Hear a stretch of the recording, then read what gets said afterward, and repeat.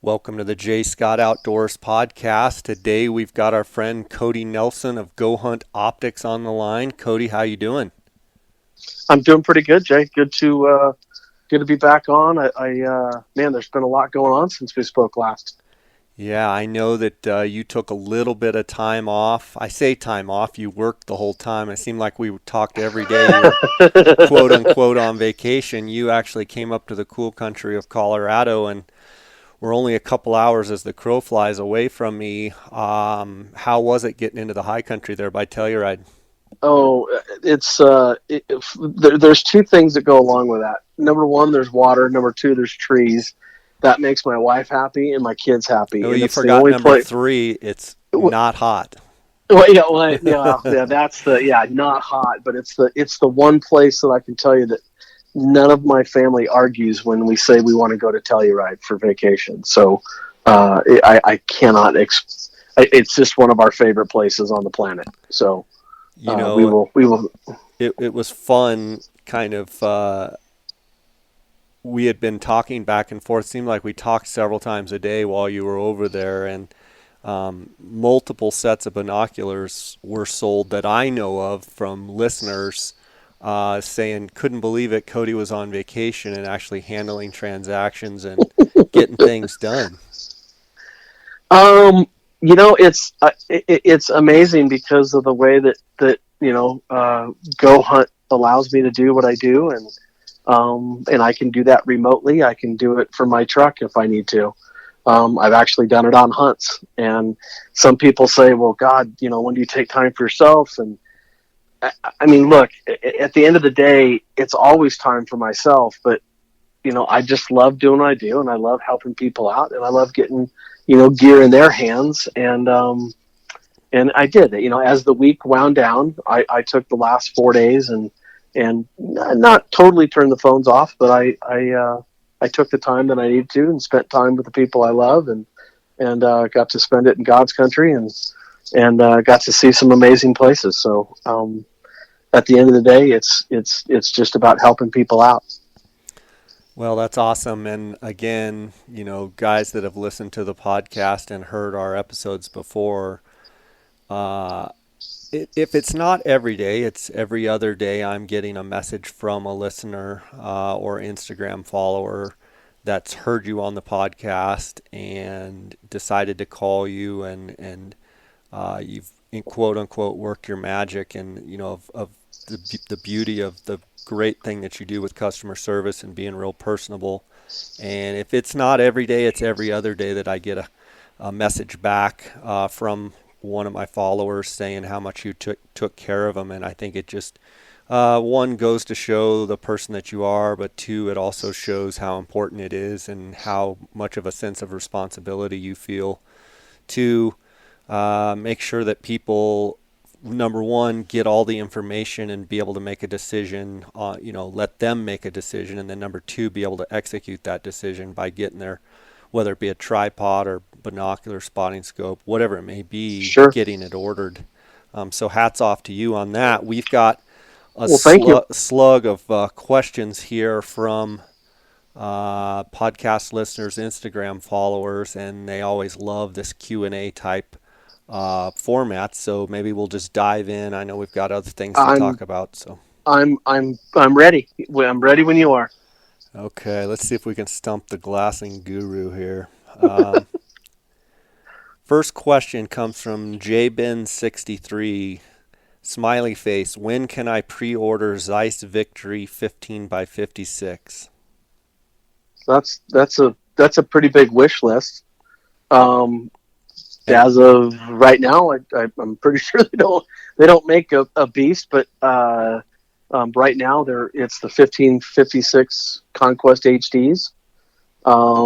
I Man, think I'd this is love to. more of a wish list item Well, for I him. think it is a wish list, but I mean, hey, look, I'm not gonna lie, I wouldn't mind at all to see a Victory 1556, but yeah, at this point, I'd like to see a 1254 HT if that would be possible. But man, that's a good wish list.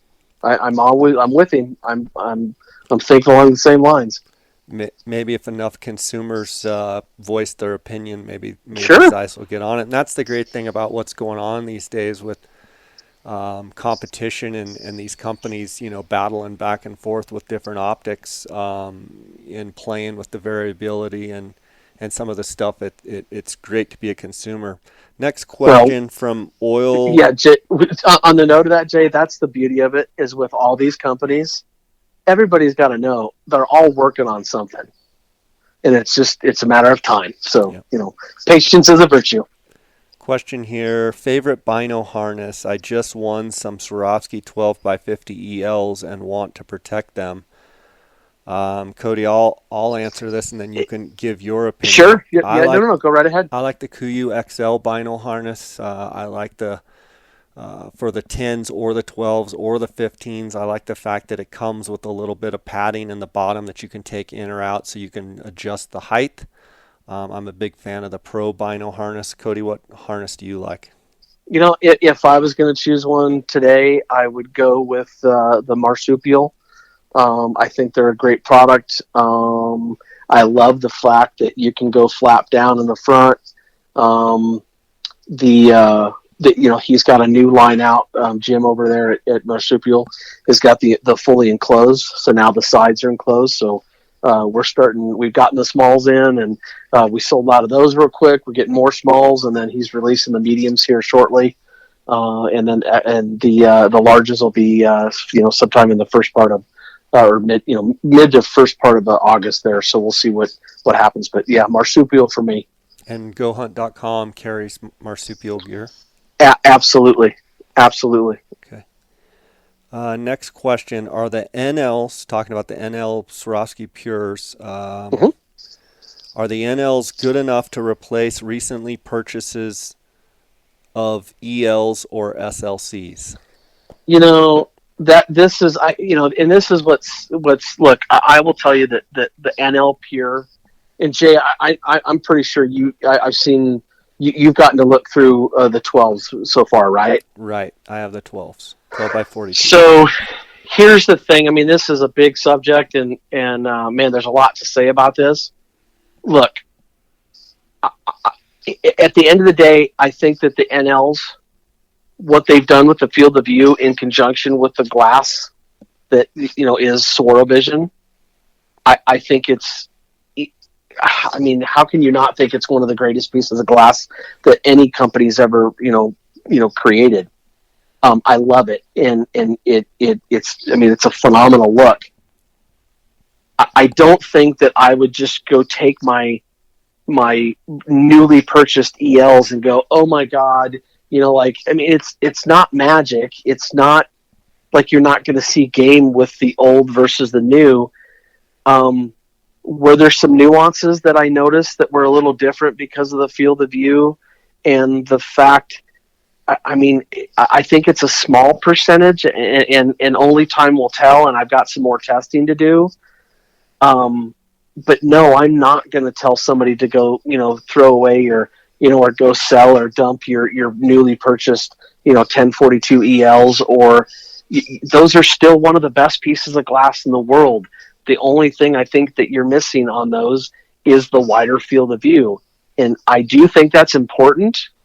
And I think it's something that people will absolutely love, but I'm not telling people to go dump their newly purchased ELs or in quite frankly the SLCs, the 1042s, 842s.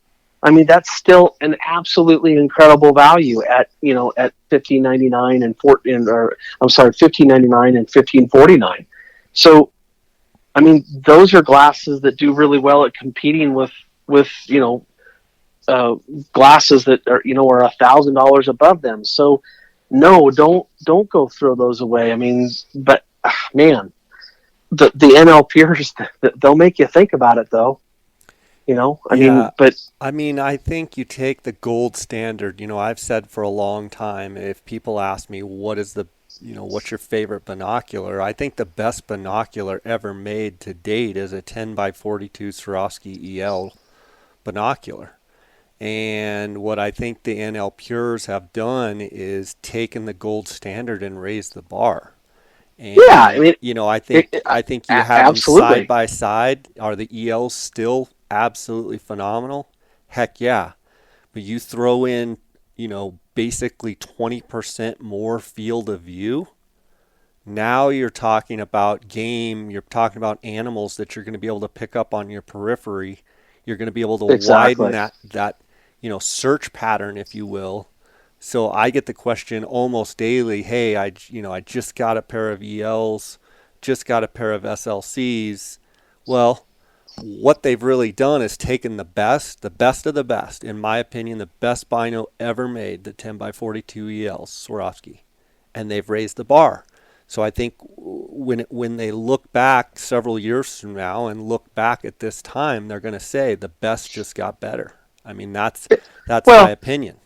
it, and Jay, and I always have to be on the fence and be careful with what I say and how I say it, and I don't disagree with anything you're saying, and what I think is important for people to do, and I keep harping on this, and I always tell people to do it, is that when you start comparing the Zeiss SFs and the ELs from Swarovski and the HD plus, or I'm sorry, the Ultravit HD pluses from Leica. I mean, guys, you're talking about the best glass in the world, and you're splitting hairs, and you're making little adjustments on these glasses from each manufacturer, and it all comes back to what do your eyes see. And so what they've actually done is, and that to me is an amazing thing, is that they took the one thing the reason that I've used eights and loved eights for years was because of that wide field of view. And now you're telling me that I can have an eight, or I'm sorry, let's just say a 10, that has the same field of view as my older eights. Sign me up. I mean, that just gave me two more power, but gave me the same field of view. So, you know, does that mean that also means that, like, the reason that I use the eights? I mean, the 8 power 8x42 NL Pure has a field of view of 477 foot. Well, I mean, that's like 50, 60 feet wider than anything else. There's nothing even that comes close to it right now. And all I'm thinking about is those days, Jay, when we're off in some deep juniper jungle and you got two different bulls coming at you. There's a chance that you might start being able to, pick things up, sooner. And the sooner that I know something's in my view, or that I know something's present, I feel like that gives me an advantage. If I know they're there before they know I'm there, I mean, I'm, I guess my point being is that I'll take any advantage I can get with that. And this piece of glass has done that. Yeah, I mean, So one of the things, so I had the 12, well, I've basically had every piece of glass Swarovski's had, but the 12 by 50s were really intriguing to me, and I got those, and I really, really liked them. One of the things I have, my hands are not real steady. They've been like that for a long time, and I have a hard time hand holding a binocular much over 10 power, whatever manufacturer it may be. It just seems like when it gets over 10 power, I have a hard time hand holding. And that was one of the things that I just couldn't get to wearing the 10 or the 12 ELs around my neck. They were great in my pack and popping up on a tripod, but sure. I just was never super comfortable hand holding them. And these NL Pure 12s, ironically, and I think it's because of the field of view, the bigger field of view, and I haven't used them through a whole hunting season yet, but I just had them yesterday at the Odd Six Ranch and was looking at elk and deer and turkey and, different things, and driving around in the truck and glassing, when I'd see something. And I actually found that I could handhold these NL Pure 12s like my 10 ELs, and it had a very similar feel. I didn't feel like I was losing anything with my hand vibration. And so I think the 12s having that greater field of view, and for me being able to handhold them, is a huge thing, because I think it solves a puzzle for a lot of Sure. people that maybe just want to have a 12 around their neck that they can also, pop up on a tripod in glass, but use as their primary binocular, their chest binocular. Well, And I think I they've solved that problem. Because if I yeah, can Jay. handhold them, Yep. I mean, like, I can't handhold 12 ELs very good, and I can handhold these 12 NLs fine. Well, first of all, the newer ergonomics are phenomenal, Yeah, they fit and so well in your hand. I keep saying this, and I in the article that I wrote for GoHunt a couple of weeks ago, and I can't believe I feel like I'm holding a 32 millimeter binocular in my hand, and it's really it's I actually asked Tom McKenna. I said, Tom, are you sure these are really 42 millimeters? Because this just doesn't. They just don't feel like a mid-sized piece of glass to me, and they're amazing. But I think, Jay, what you're saying about the 12s is the only thing I can equate this to is to think about. I get seasick on boats, right? Mm-hmm. And not necessarily freshwater, but when I get out into the ocean, where I'm on my grandfather's boat and I'm inside the boat and I'm looking through this little porthole window, right? And my grandfather comes down and he can see I'm just as white as a ghost, and he says, Cody, I think you'll do better if you get out and you sit with me on the bridge and you watch the horizon. And the only thing I can equate to that is as soon as I had that big giant field of view and I could watch the horizon and everything felt and this is just with my eyes now, that everything seemed to, quiet down and not get so jumpy, right? Well, I think that the analogy is that when you're hand holding a set of binoculars, when you have a much wider field of view, you don't see those big jumping waves coming at you, Right. and you can kind of steady and keep your eyes on the horizon, and or some focal point anyway. And I think that that's the same thing with these binoculars, is that the field of view is so wide, and that's what I've always said about eights, is the field of view has always been so wide that it helps me keep them more steady. And I have found now that because I've had the 8s, 10s, and 12s in my hands, I can't believe how easy these are to handhold. Now, I'm not saying that I'm not going to use any on a tripod, but I'm telling you that I'm like you. I found that the 12s to be incredibly steady being handheld. And Yeah. I was blown away by that it's an asset and an advantage that I will take. Yeah, So and you look at the 10 ELs, the field of view is 336 feet. You look at the correct. 12 NL, so you're getting two more powers, 339 feet. So it's Exactly. three more feet, but it's in essence the same field of view, but you're getting two more power. So I've been impressed with these 12s. I know we're going to get some more NL Pure questions, so let's keep moving here. Sure. Tips for buying used high-end optics. Wow. The secret is I think, basically getting as good a pictures as you can get. Obviously, be careful.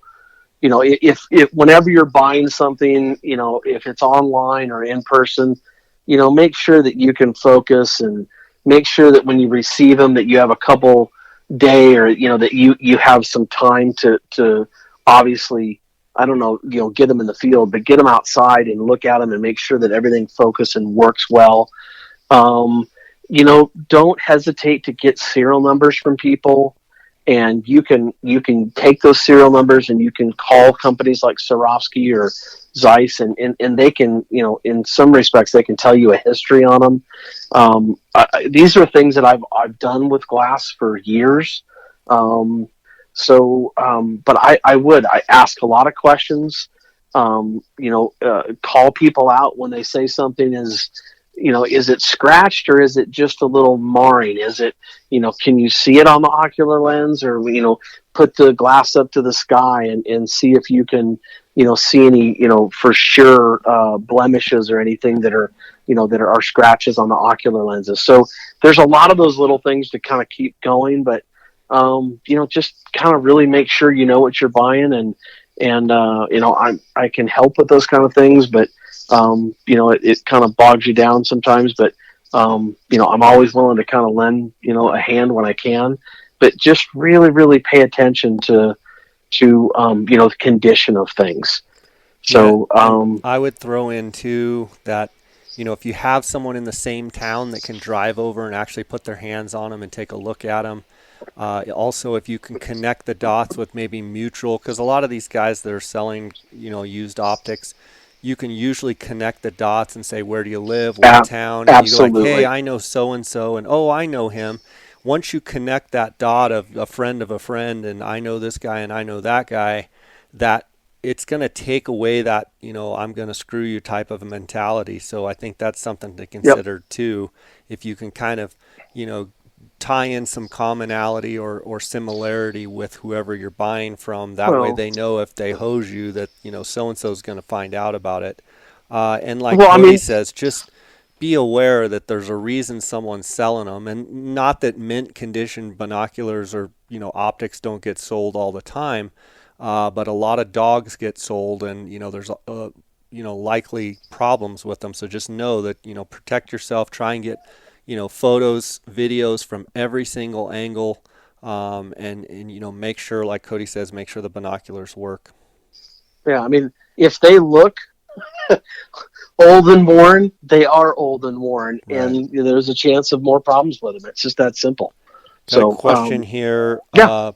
Approaching a new drainage, grab nearest vantage, even if limited, or walk through around to best point. I think a lot of that has to do with, are we Yeah. hunting elk? Are we are they rutting? Are you hunting mule deer, coos deer, sheep? Like, what are you hunting?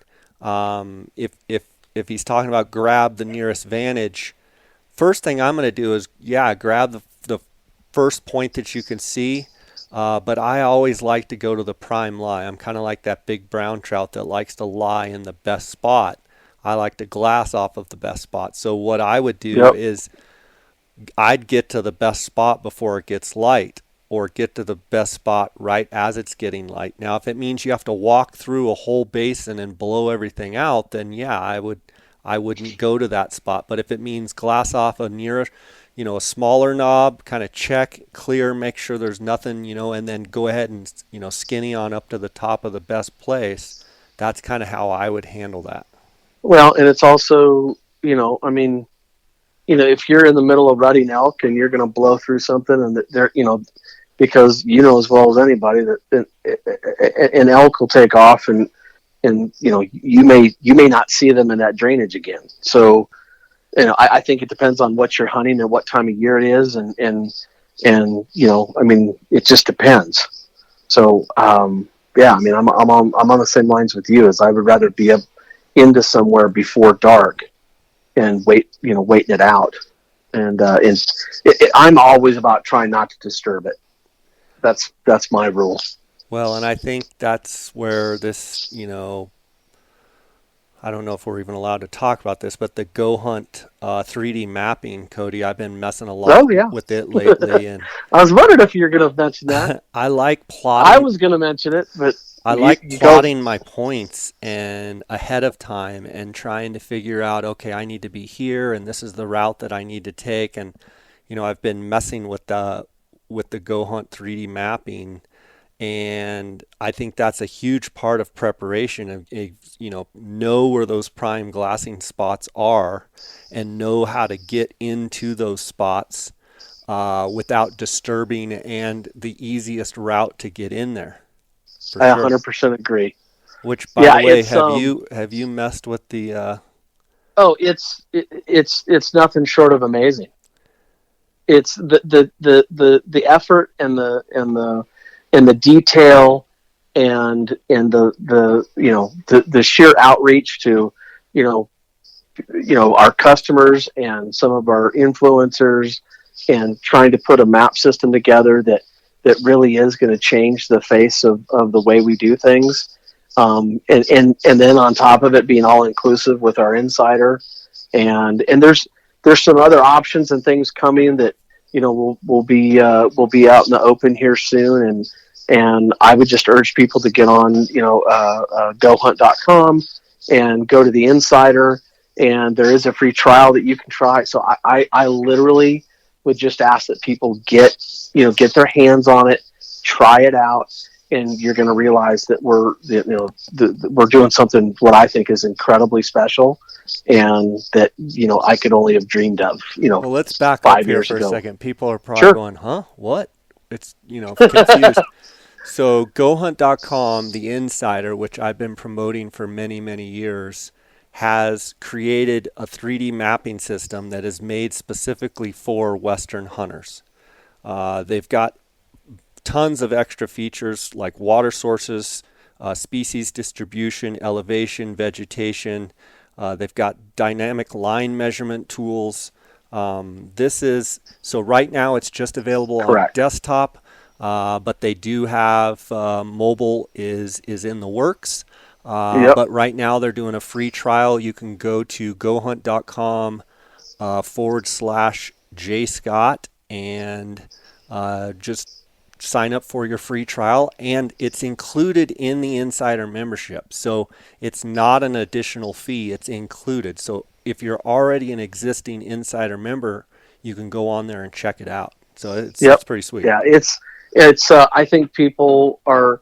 The whole mapping thing is been evolving, and it was due, and it was time, and I'm just telling you that our design team and they knocked it out of the park. So I'm really happy about it, and I just urge people to get on and try it, and just keep your ears to the ground, because there's lots of stuff coming. So Yeah, and I like the fact that they've got basically you've got topo, you've got aerial, yep. it's 3D. You can tilt, pivot. It's unbelievable. I It's mean, do you remember the days when we first got Google Maps? We thought, oh, this is the greatest thing in the world, and now we have this, and we'll be able to do it at home, and we'll do it in conjunction with our drawing odds and everything, and you can map. It's the possibilities are endless with this, I'm and not it even is. sure we're supposed to It's even talking about this, but oh well, it's out there now. Um, let's go to the next question. Best $1,500 to $2,000 rifle scope on the market today. Wait, say that one more time. Best $1,500 to $2,000 rifle scope on the market today. Wow. Um, you know, uh, geez, corner a guy when he does that. Um, there's a lot that plays into this, and I'm assuming that if today's trend is holding out there, um, one of the scopes that just comes to mind right off the bat is I'm really digging the Leupold VX6s. Because of the long range application that I get asked about so much. They've got a 4 to 24 and a 3 to 18. Those scopes have been really, really selling well as of lately. Um, you know, Man, that market kind of gets that scope kind of creates a little bit of a dual purpose. It's not the heaviest and the biggest, and it's not the lightest, and but it still has multiple turns of the turret, with a CDS locking dial. So there's Jay. I mean, if I just had to pick one in that deal right now, I really like that Leupold. Zeiss is working on some new reticles that are coming out onto the market as we speak. So there's a lot coming, and so there's a lot more that goes into that. But man, if that individual wants to reach out to me, and we can talk about different options and powers, and first focal planes versus second focal plane, and all those different things, I'd be more than happy to go over that. But if I just had to pick one right now for that immediate price range, it would be the VX6 from Leupold. Okay, this is from Pick Six Outdoors. Quality wise, where would the Razer UHD fall in the Swarovski lineup? I think it would be just at or behind the the SLCs. Okay. So it's the if you're comparing a 1042 SLC versus a 1042 UHD, um, I'm in that essence I'm taking the SLCs because it's always been one of my favorite pieces of glass, but the UHDs do phenomenal. But I just like the feel of the Swarovskis in that case. If you had to pinpoint me and get me to do that, I that's where I would go. Okay, I've got a question here. Vortex Razer HD 27 to 60 by 85 versus the Zeiss Conquest Gavia 30 to 60 by 85 or other options. Yeah, those. First of all, those are such similar scopes. Um, the only the Gavias, I'm going to lead towards the Gavia. Um, I again, I like the HDs, and they fit they certainly fit. There's a price difference there. They certainly fit a niche, and the Razors do awesome. I'm just going to give a little bit of an edge to the Zeiss on that deal. And one thing that people need to know about the Zeiss, though, they only come in the angled, and the lowest power is 30. So, but all that being said, with an 85 millimeter, probably using it, for the more high end long range glass, and that would be my choice on that. Okay, we've got good tripod and base for a Maven 12 by 50. Oh, well, yeah, you could use just about anything, but I'm assuming that when he says that, he's trying to keep weight, at a minimum, but with, still getting stability. I'd look real strong at like the Sureys, the T-024SK with a VA5 head. Um, yeah, I think that's a strong, case for that. You could probably go down even to the T004SKs, and I mean, which is probably one of the best values on the market at $189. Um, so yeah, you could do those. Certainly, the slick 634 or 635s would work well with that too. With again, I'll say the VA5 head. I'd put that on it. But yeah, Jay, that kind of brings up a lot of the we've added a bunch of new SKUs to the gear shop. Optics, the tripods. Um, so with the Surays, and we're doing some. We've got some kits together now. The VA5 head is just taken off, Okay, so not only and does Sure make the what I think is the best tripod head, what you're telling me is they actually make tripod legs as well. yep, yeah, we've been carrying those legs for a while, but we've expanded that line. We've added two or three different. We had 2204 ET, which has flip lock legs, versus the twist locks. So we had a lot of people asking for flip locks versus twist locks. So that's a personal decision, and we wanted to try to put some kits together that would appease both sides of the marketplace on that one. So that's worked out really well. And just so everybody knows, July 31st through July 31st, they still have a 15% mail-in rebate on all Sue tripods, heads, and certainly everything that we sell.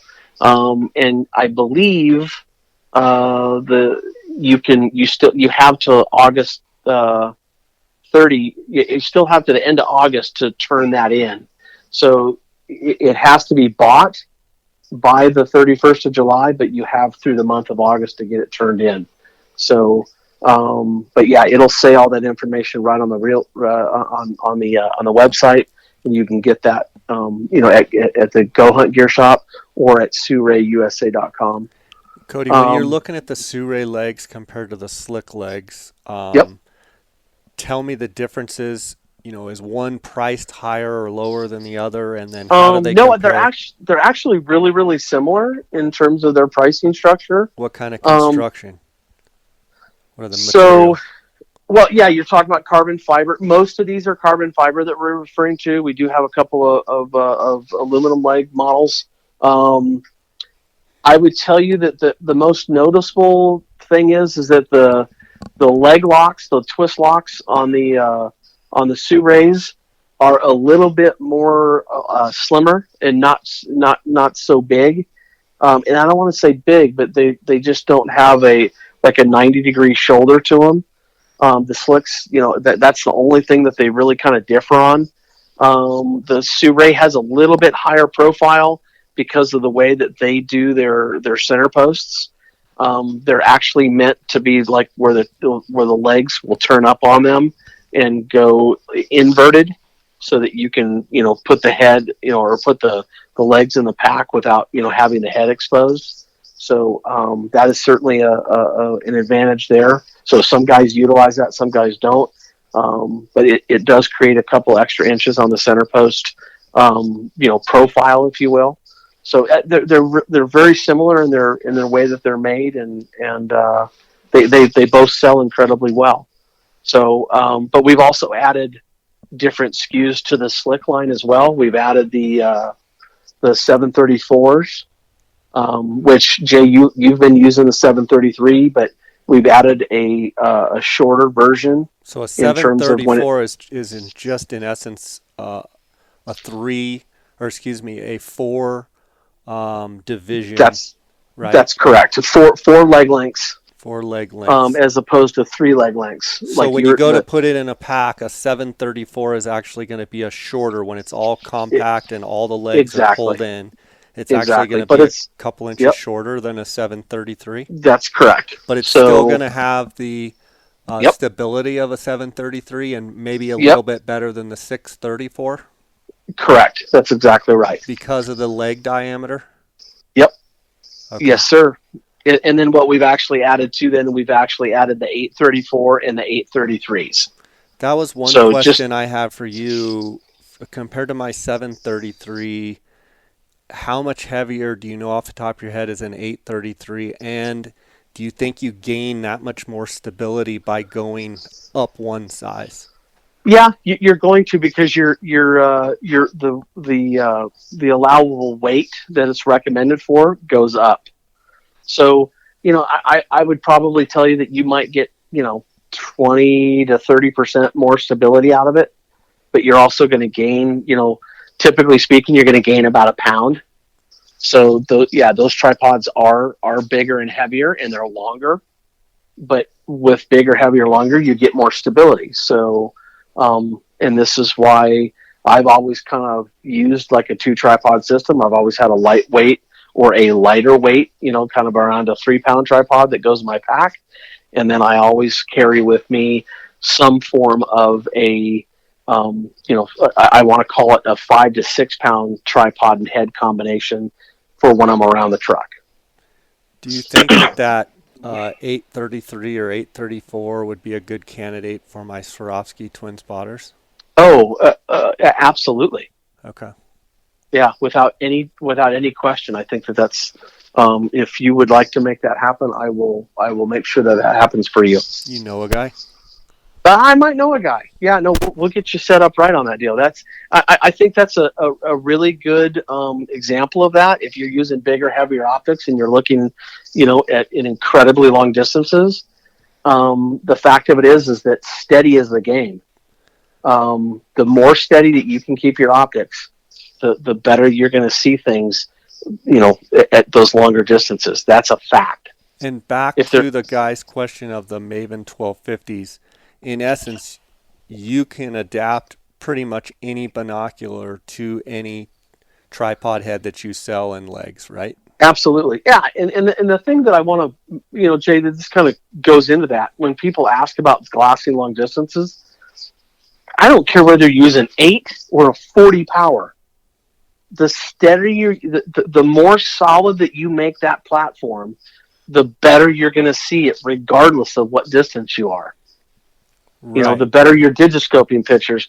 All of those things considered, it's going to make the end game better. It's just that simple. So the biggest trade-off is weight. So I mean, you have to have a happy medium of still able to carry miles and miles, uh, and maybe give up some stability, but the ability to have a lighter Exactly. tripod.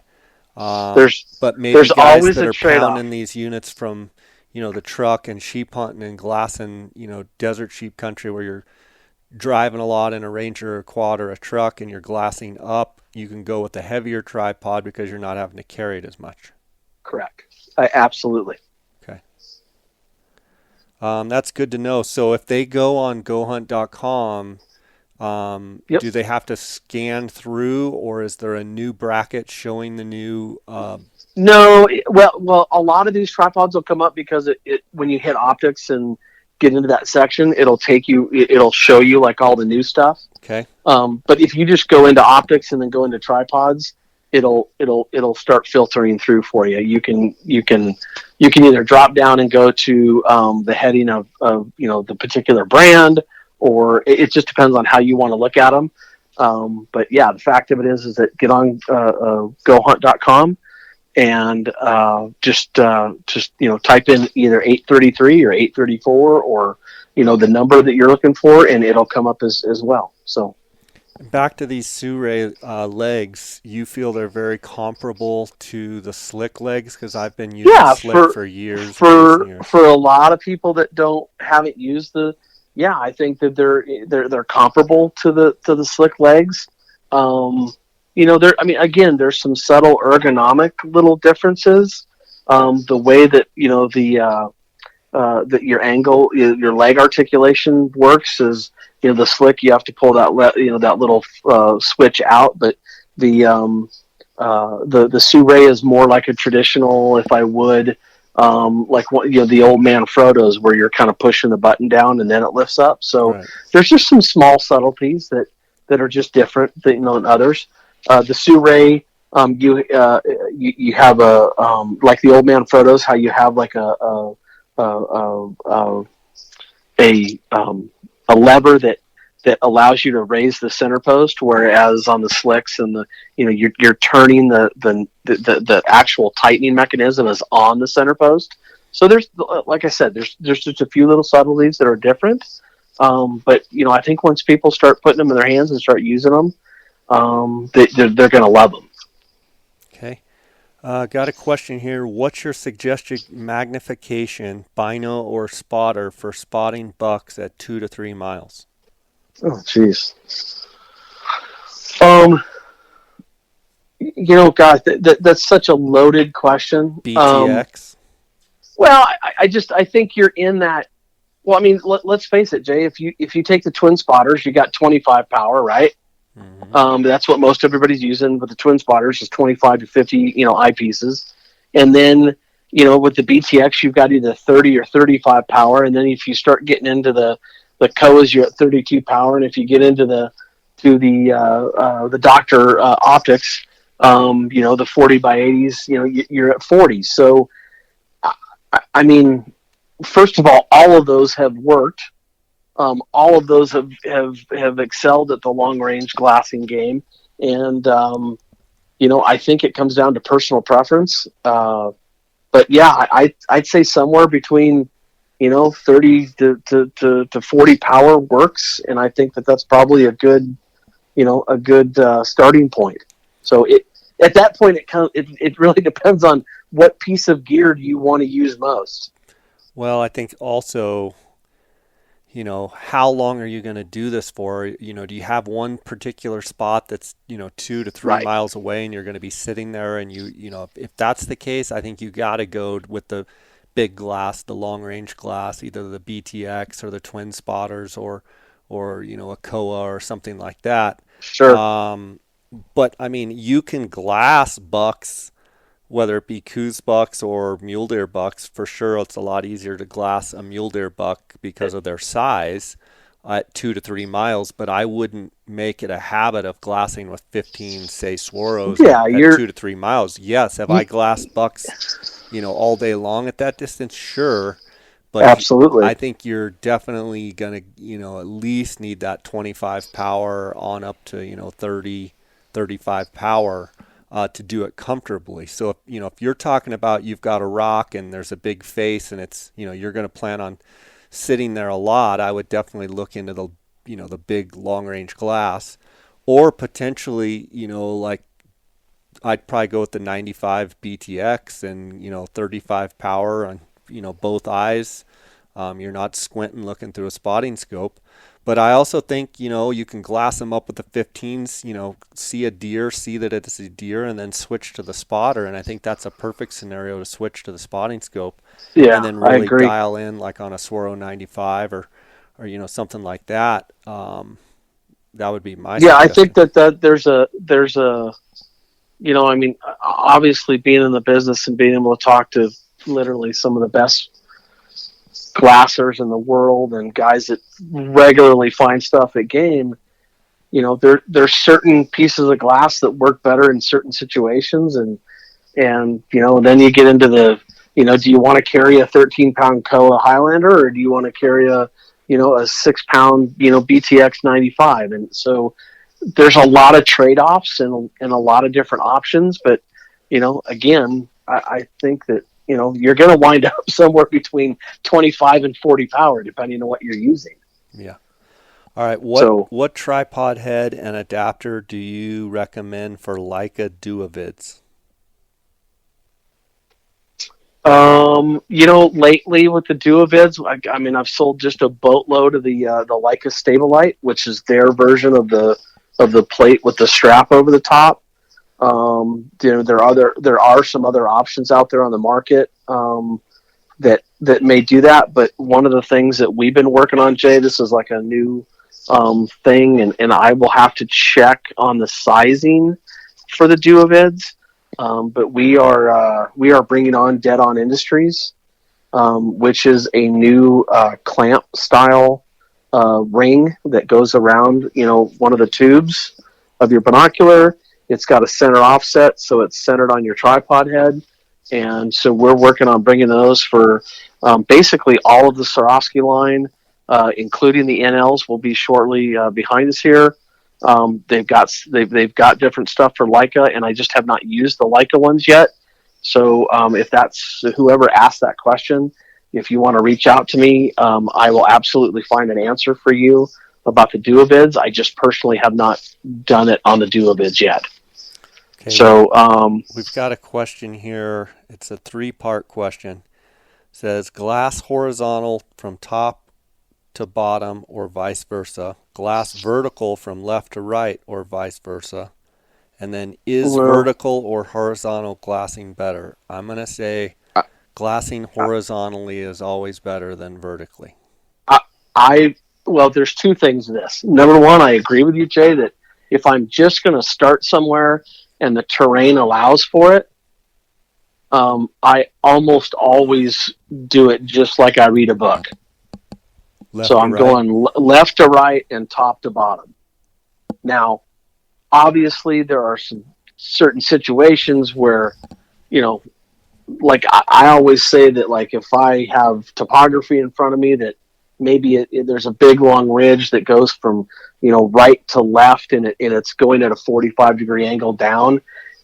I mean, I would do what I would call a staircase, and meaning like I would literally, if I was looking at a stairs profile, I would literally take that piece of dirt and then drop down and then go left and then drop down and go. So to me, it depends on the terrain.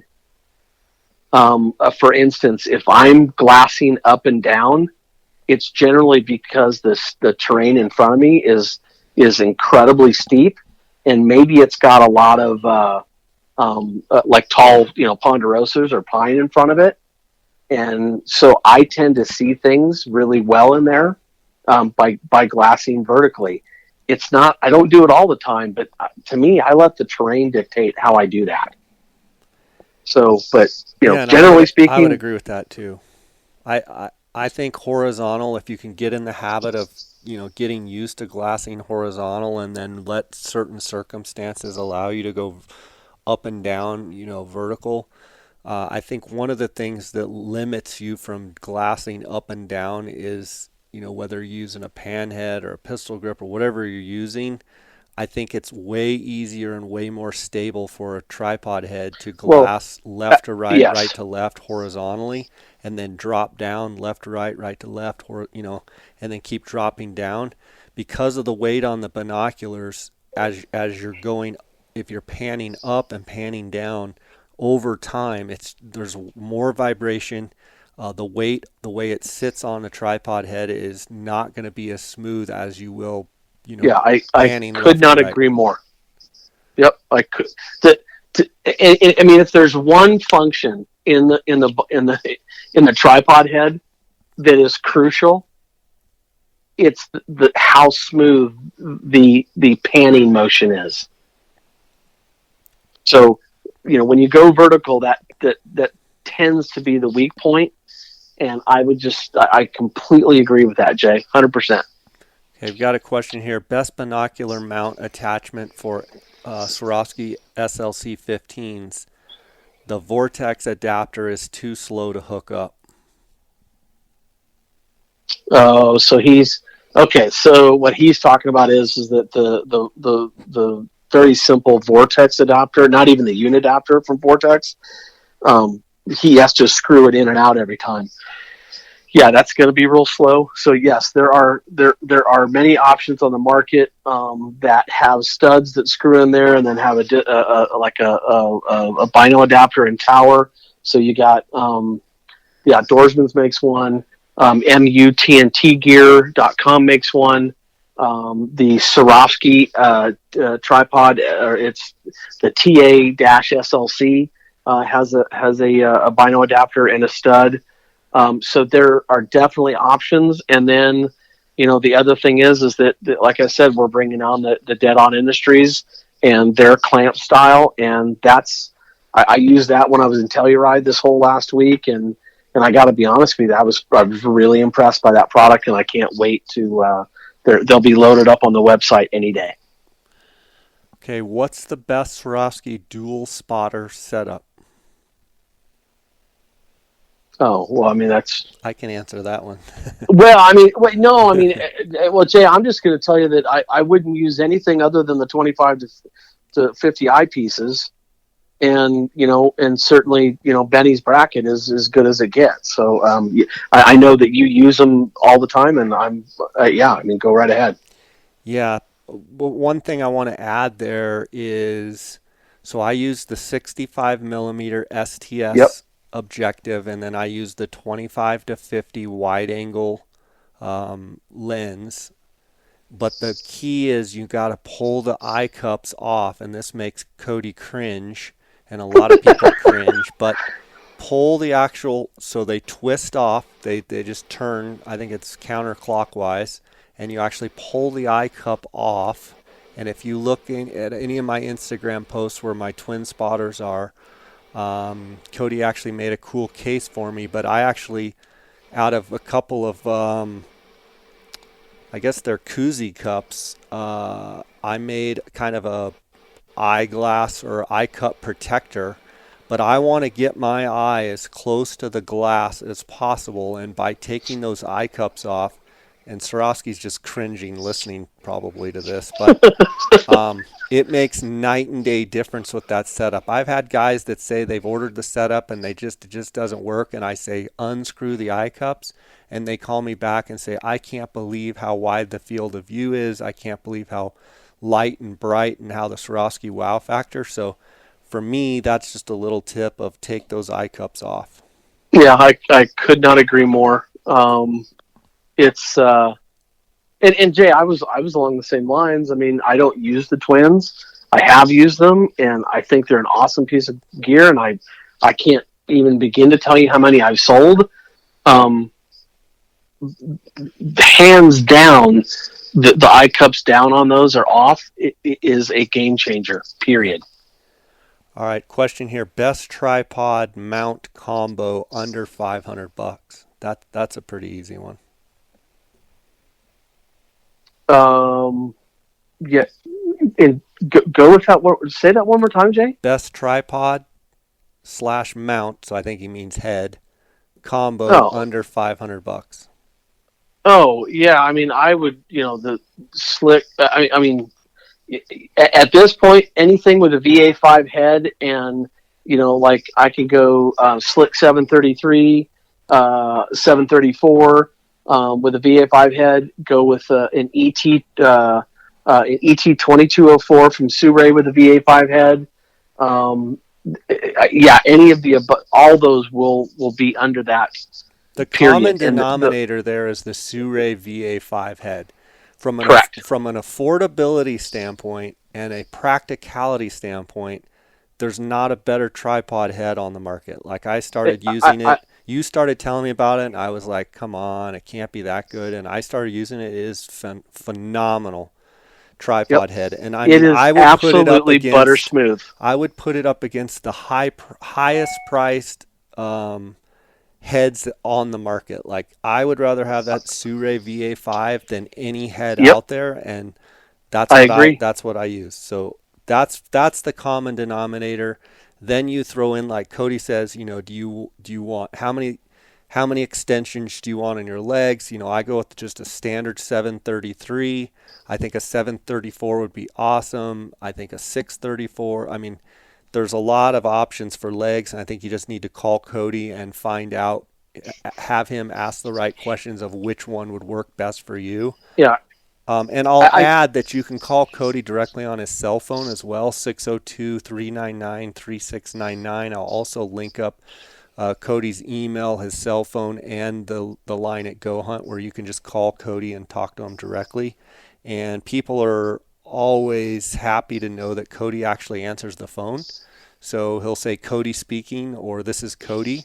And almost every week I get someone, I can't believe he actually answered his phone. I'm like, well, he's in business. What do you expect? I mean, well, that's what I'm here to that's his do, right? job. Yeah. Yeah, that's it's an amazing thing. Okay, I next just question here. try to answer the phone. Does Heat Mirage improve with higher quality optics? I would say I would say absolutely. yes, and I think what people will realize is, when you're looking through a piece of glass, and I mean, look, let's just call it Maker A, that you're looking through a so-so piece of glass, through Maker B that you're looking through the best glass in the world. It doesn't lessen it, but what it is that I think that you can actually start to define it, and it's I. But and what I mean by that is that you can actually start to see layers. Like, you realize that there's different currents of, you know, if you're looking at something at 1,000 yards, that you might see heat waves and they're going in different directions. And I think that you start to realize that heat mirage is a real thing. And the fact that like you can actually almost see like different layers of the air currents and the direction that the waves are going. It's yeah, the better glass lets you see those things, period. Next question. For your purposes, which NL Pure would each of you choose best overall for you? Cody, I'll let you go first. I just I think I would choose the 10 right now. If I just and I keep going back before the 12 and I mean, I love this new 12 because I was an original Leica 1250 BN guy back in the day, that I loved that combination. And then when the 1250 ELs came out, that was just like, that was God sent. And then all of a sudden, now you have this 1242 that does what it does with the field of view, and it's in the size of a 10. And yeah, right now, with all things being said, I think I'd have to choose the 10, only because I want some more time behind the 12.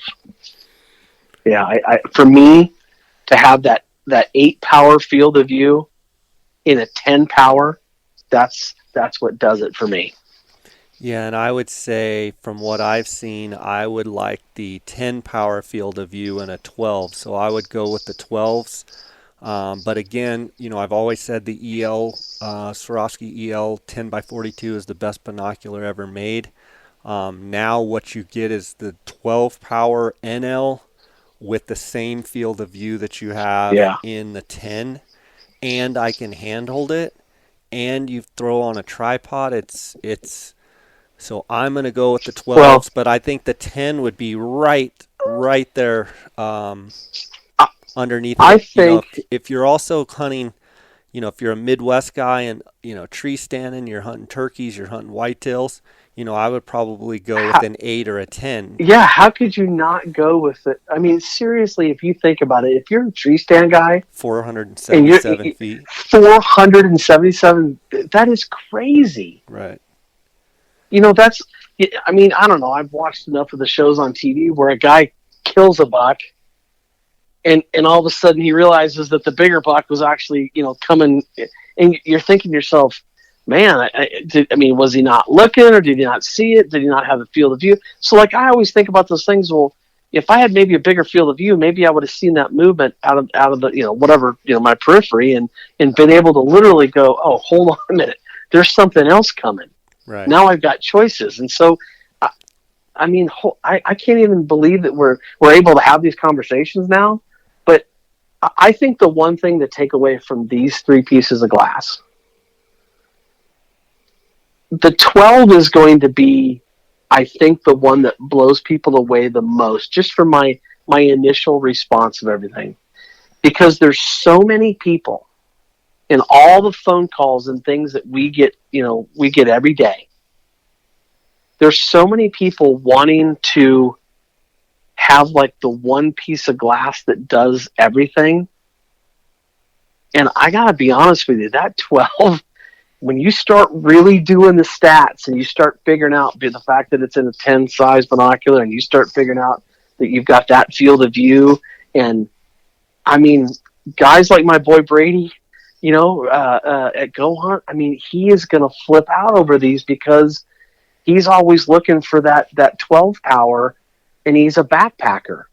Why would you not want that 12 with that big giant wide field of view and be able to mount it on a tripod and do everything? I mean, I just think that that's going to be the one that blows people away the most. Cody, I want to take just a quick second here and thank the sponsors of the podcast. I want to thank goHunt.com. Obviously, you're talking to the optics authority, the glassing guru, Cody Nelson. He's the optics manager there at goHunt.com.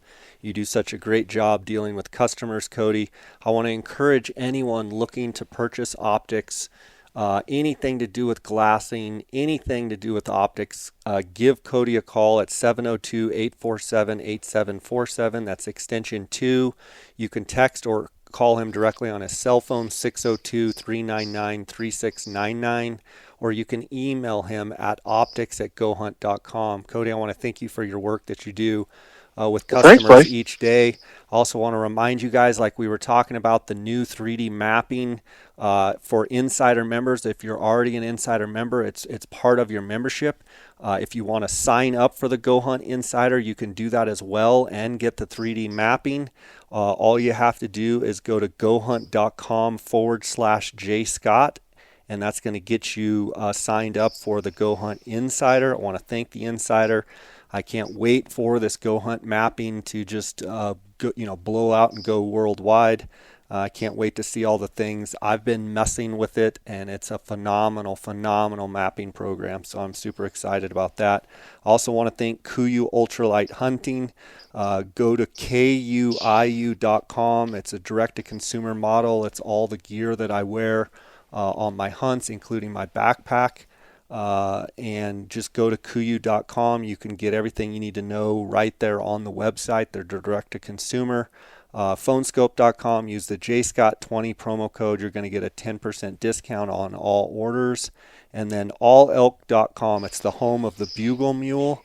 The Bugle Mule is what I'm going to use this year to hold my elk diaphragms or my mouth calls. There's two different Bugle Mules. There's a 3 and a 2. You go to allelk.com, use the JSO10 promo code. You're going to save 10% on all orders. Cody, the next question I've got here is lightweight tripod for backpack glassing 10 by 42s currently have high country tag. Again, I think I'll let you answer on the tripod, but you definitely want to go with the Swaro VA5 head. Cody, which legs? I'd say probably the 634. Yeah, I mean, there's a couple of them. I'd go slick 634 or 635s, and I apologize. The 635s are out of stock, coming back in next week. Then I would also, the other piece of glass I'd look at is the 12 the Swaro 1204 SK or the ET 1204 would be an excellent piece of gear to take with you on a backpack trip too. So I would look at those combinations. But regardless, couple it with a VA5 head for sure. Got a question here. 12 power NLs versus EL based solely on optical quality. Don't care about weight, ergos, or anything else. And the only way to answer that question right now is that, and I totally see where this guy's going, and I get it. I'm not gonna put that out there for myself right now and tell somebody that the optical quality is just flat out better when I haven't done the appropriate testing yet. Let me, and Jay, and I think I told you about this when I first tested the 8s, and well, I got to see the 10s and I got to see the 8s, The NL Pures, and I had the 8.5 ELs versus the 8 ELs pure or NL Pures. Sorry, I had them at about 75 yards on a trailhead placard. About a, I don't know, 6-inch by 6-inch placard with it had small U.S. government property writing on it. And what I will tell you is that even with a 0.5 power difference, I will tell you that the 8x42, for whatever reason, what was it? The fact that the light gathering was a little better. I'm just going to tell you that it was easier for me to focus and clearly read what was on that placard, even though I had 0.5 less power. And I'm going to do. There's more testing to be done with this. I want to say that it's better, but is it 1%? Is it 2%? Is it? I just don't. It's too early for me just to flat out tell somebody, oh, the optical quality is just way better. I'm not going to say that. I'm not going to fall into that black hole, and I don't think it's fair. It's a tough thing right now because we're just getting these pieces in. There's only a handful of them out with all the reps, and we're getting time with them, and I just want a little bit more testing, certainly in low light conditions, and but I'll tell you, they're phenomenal. And I would second some of that. I would tell you yesterday, having the 10 EL, 10 by 42 ELs and having the 12 NL Pures, I'm going to tell you that they're not going down in quality. Yeah, exactly. If anything, they're perfectly equal to, and I'm not going to go out on a limb yet because I want to use them through this hunting season and really, put them through the test of every different light condition. But I'm telling you, it's not going down in quality. If anything, they're equal to, if not better. Exactly. I think that's a really good way to put that. I've got a question here. How sturdy is the Slick 634 tripod compared to the Manfrotto 290 Extra? Ooh, that's a tough one. Not as sturdy, right? But it's not as sturdy, and that's. I'm just trying to kind of compare. Yeah, there's a size difference, and I'm just going to tell you that I don't know. Is it 25% less stable? I don't think it's that much, but you're talking about a tripod that's. I think it's 18 or 19 inches, and to where the 634 is 14 inches, in its compacted states, and you know, yeah, I'm just going to tell you that I would tell you that the 634 is stable for a 2 pound tripod, and you put that with a ball head or a VA5 head, you're at 2.5 to 3 pounds, and I think that's a good solid place. But yeah, the 290 kind of gets into that mid weight to that medium weight tripod that I would use for a bigger platform. So yeah, I think there's a fairly significant difference between the two.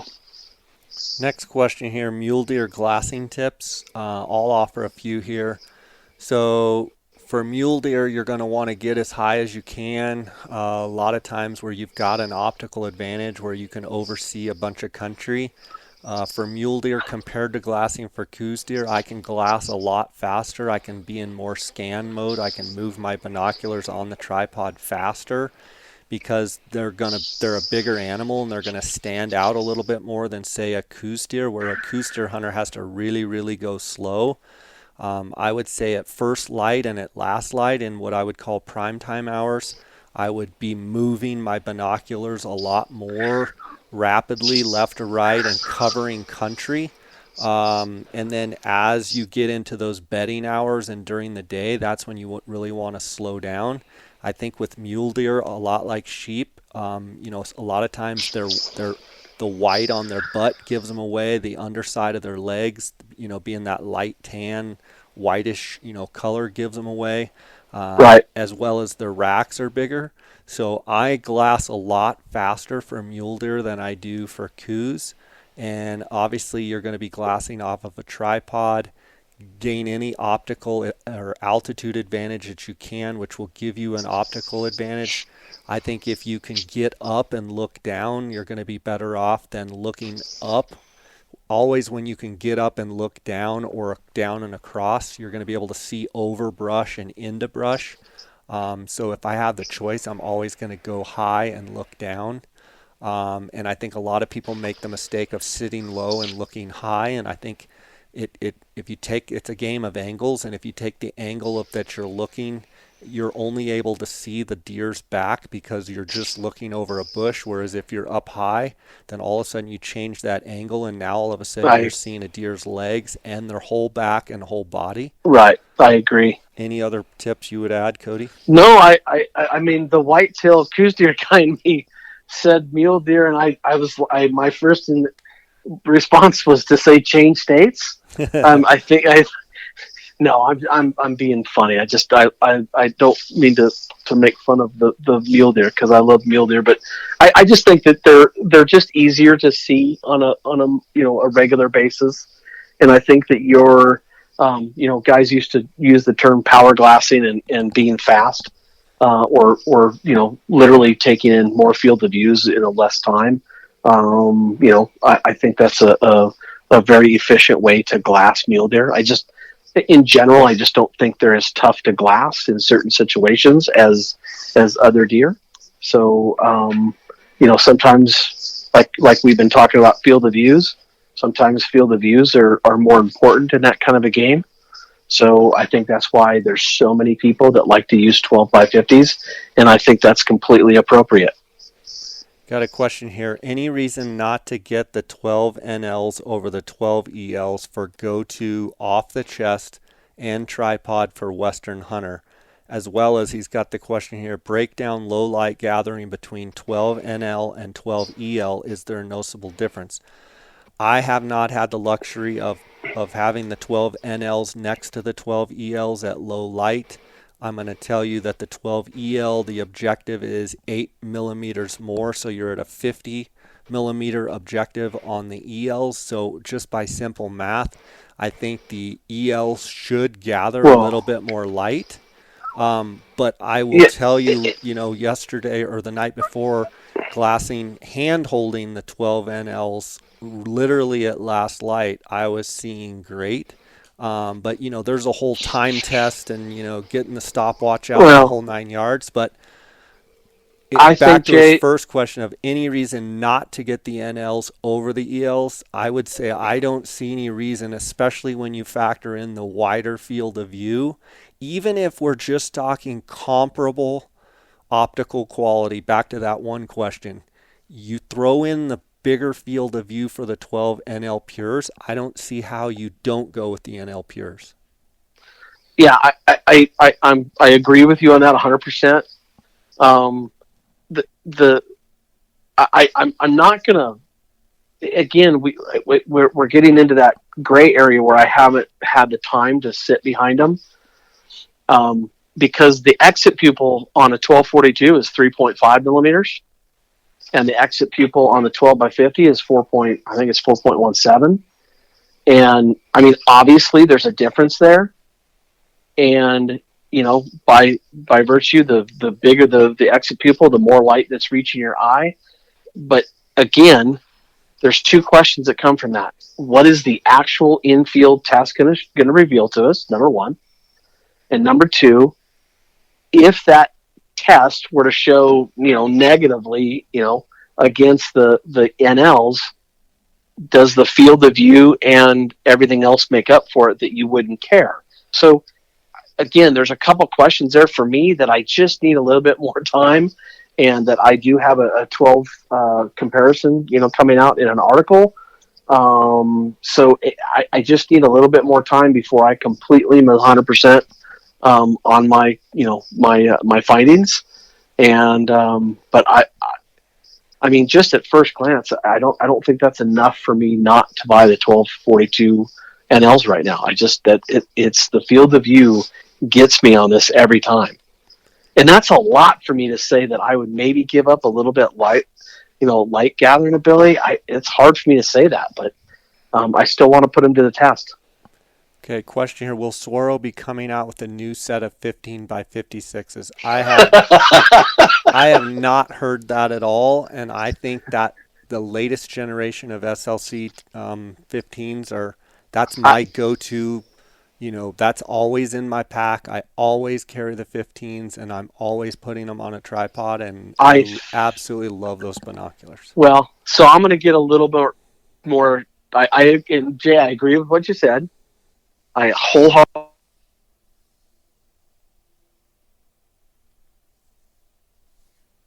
I lost you. You're back.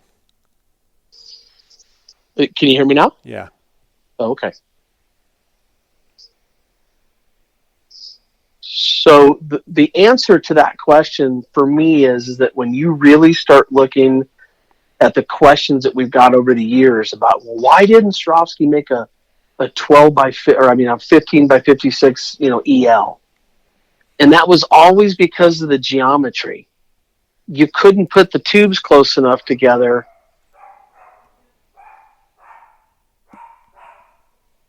What's up, Poppy? That is Poppy Scott in the background, but keep going.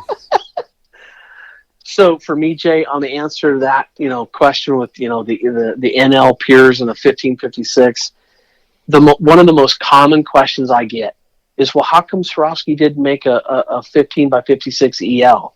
And it's always been the geometry of the tubes and the front bridge. Well, I got to be honest with you. Now that the front bridge is gone, man, the geometry seems like a lot more feasible to make a 56 millimeter work. And all I'm going to say is this: I have no knowledge. I've not been told. Don't have any inkling. But I do have a want.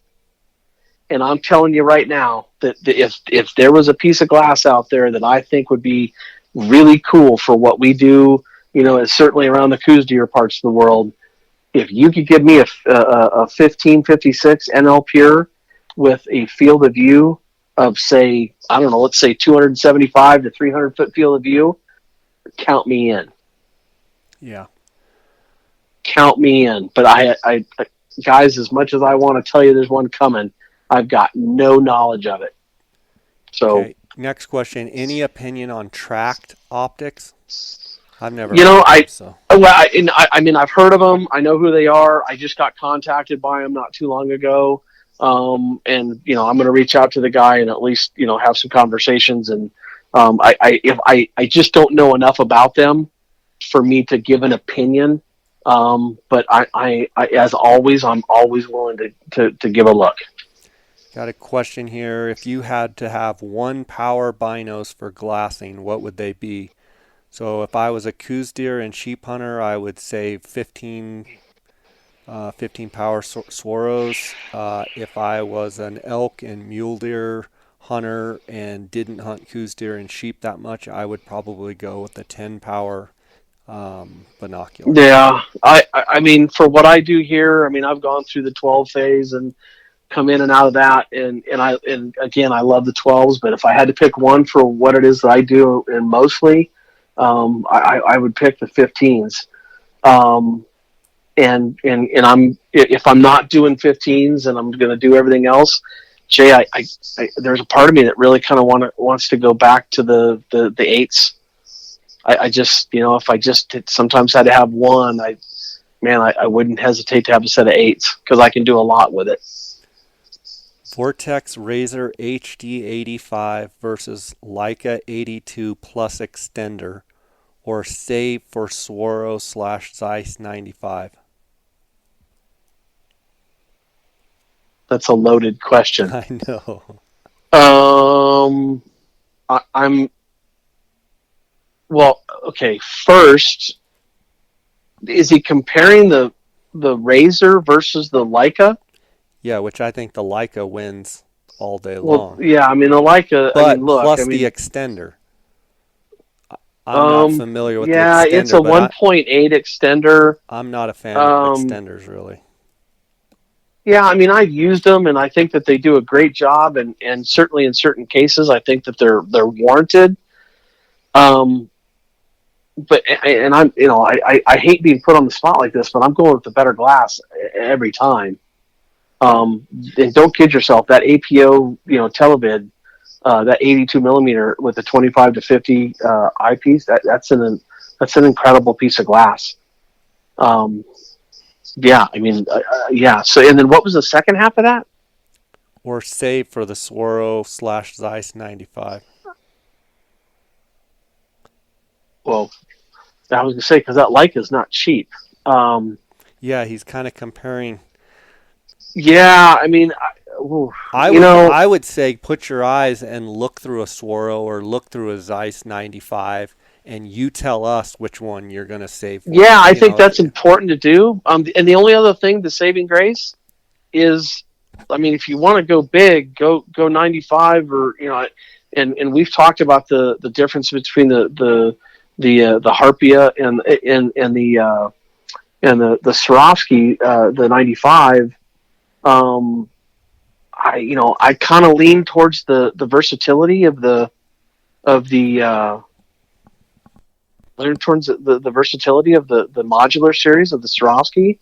But I would tell that guy, because of all the glass that he's named, maybe try looking at the Harpia 85, because it kind of fits right in the middle of all that, and he will get incredible results out of that piece of glass. So I don't know if I'm answering that the way he wants, but I would certainly consider all of those.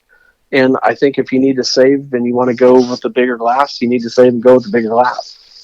Question here: 65 versus 85 millimeter for coos hunting. Is there enough difference to carry the extra weight? Absolutely, go with the 85.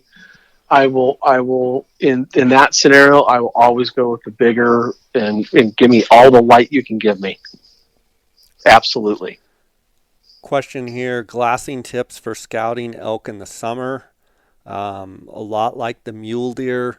Depending on which state, is this Arizona, is this Colorado? If you're in Colorado or Idaho or some of these states, a lot of these elk are going to be above timberline. This year with the very dry conditions, the timberline country is maybe not as good, so the elk might be in the trees a little bit. But I like to get up high where I can look down and across, or certainly level. Looking up is pretty hard, but some tips are just gain elevation and look down and across.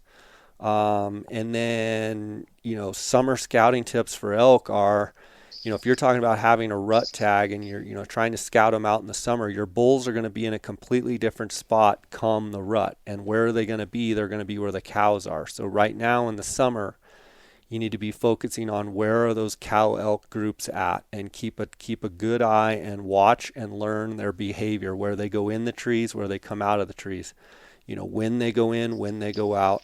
And as soon as, that rut starts kicking in, and those bulls, they will move from where they're at, and they'll move to the cow group. So I get every year this time, people say they've been watching a big bachelor group of, herd of bulls, and they got them all dialed in, and they're like, what do you think? And I'm like, you need to go find the cows, because those bulls come rut time are not going to be anywhere near where you're glassing them right now.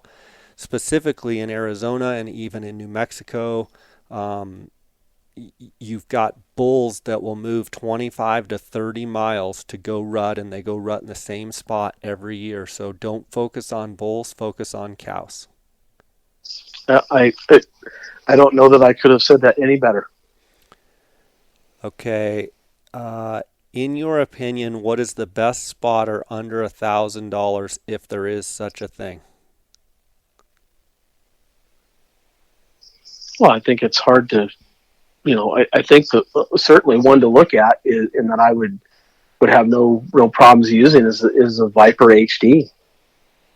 I'd probably go with an 85 Viper HD if I couldn't do anything else. So yeah, that's what I would do. Cody, 20 to 60, yeah. that concludes our questions from our listeners and our followers. And guys, I want to Good tell you, I questions. appreciate you guys giving us some good questions, and it gives Cody and I a chance to kind of bounce stuff off each other. Cody, thanks for all that you do. I want to remind people, if they want to get a hold of Cody, I'm going to link it up in the show notes. But you can text or call him directly on his cell phone, 602-399-3699. You can send him an email at optics@gohunt.com. You can call him on the telephone, and that's 702 847 8747, extension 2.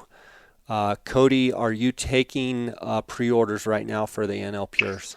Yeah, absolutely. We are taking pre-orders. The word coming out of Swarovski is that the initial shipments are still coming in September 1, and that they are strong on inventory. So I think we're doing good.